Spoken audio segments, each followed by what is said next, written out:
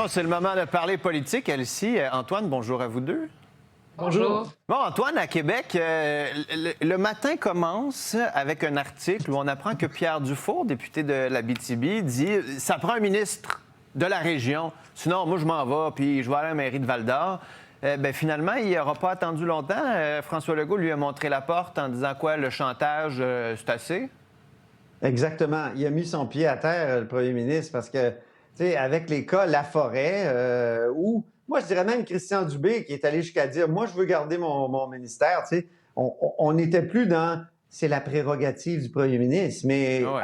on dirait que chacun voulait jouer ses cartes sur la place publique, puis M. Dufour est allé encore plus loin en disant, si ça fait pas, ben moi, je vais aller chercher un autre poste électif, donc maire de Val-d'Or. Allô, Rodolphe? Je peux juste dire Allô, Rodolphe? Salut. Donc, c'était grave d'une certaine façon. Là. C'était comme un fusil sur la tempe. Et je pense que le premier ministre ne devait pas accepter ça. On comprend. Son autorité semblait minée là, depuis quelques heures.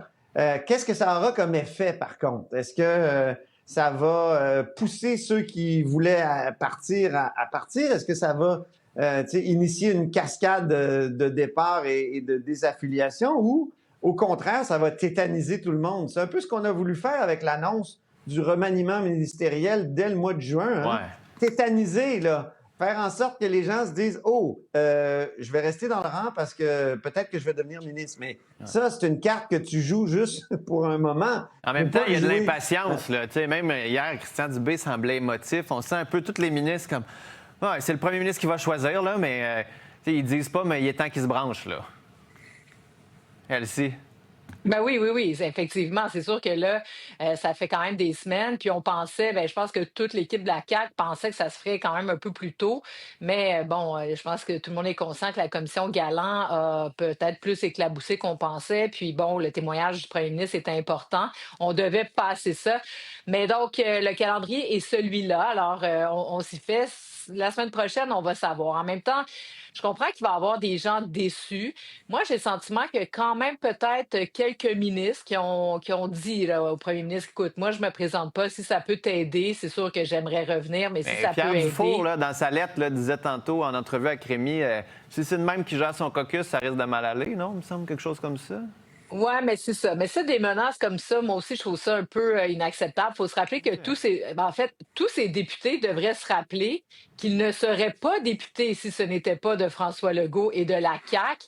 C'est François Legault là, qui a amené tous ces gens-là en politique et la vague de la dernière élection, c'était un vote pour François Legault et la CAQ.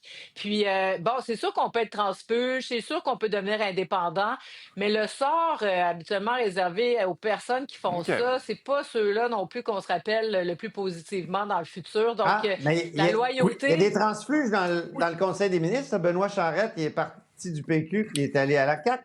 Donc, on se rappelle, mais Rodolphe, c'était drôle parce que tantôt, je parlais de Pierre Dufour. Je me dis, as-tu déjà été ministre? Puis il avait été ministre dans le premier mandat pendant 4 ans, de la forêt notamment. Puis là, il n'a pas été renommé.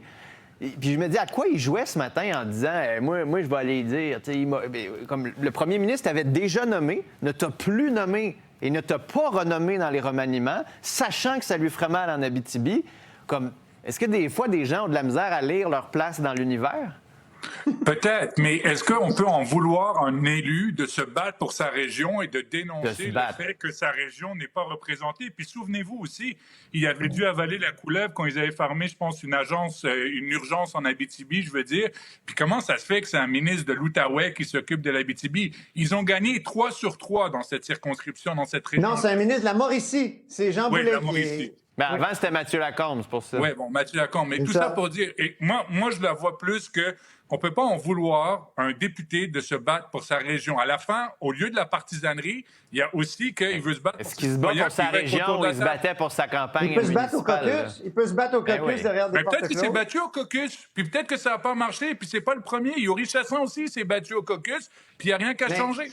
Mais en tout cas, Daniel Bernard, qui est un autre député du coin, Daniel Bernard, qui est un autre député de l'Abitibi, il l'avait dit ouvertement. Il avait dit que le gouvernement manquait de sensibilité pour l'Abitibi. Oui. Et finalement, il a dû s'excuser. Il a déménagé en Estrie.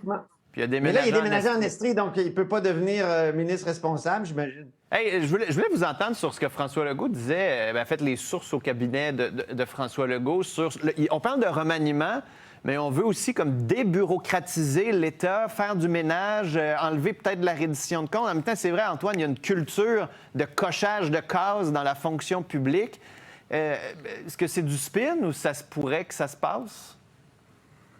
Non, c'est pas du spin. Je pense que c'est une réflexion qui vient des années au pouvoir. On a l'impression qu'on se fait élire, puis à un moment donné, on a comme une camisole de force. Il y a tellement de contre-pouvoirs, il y a tellement toujours quelqu'un qui est prêt à déposer une requête pour dire, je sais pas, moi, dans tel projet, je m'excuse, j'ai trouvé une grenouille. Ou, par exemple, ils prennent une décision sur les garderies pour les réfugiés. Ils disent, ben là, je m'excuse, les demandeurs d'asile, ils peuvent pas passer devant les Québécois. Mais là, il y a une charte qui protège dépose. les humains. Puis...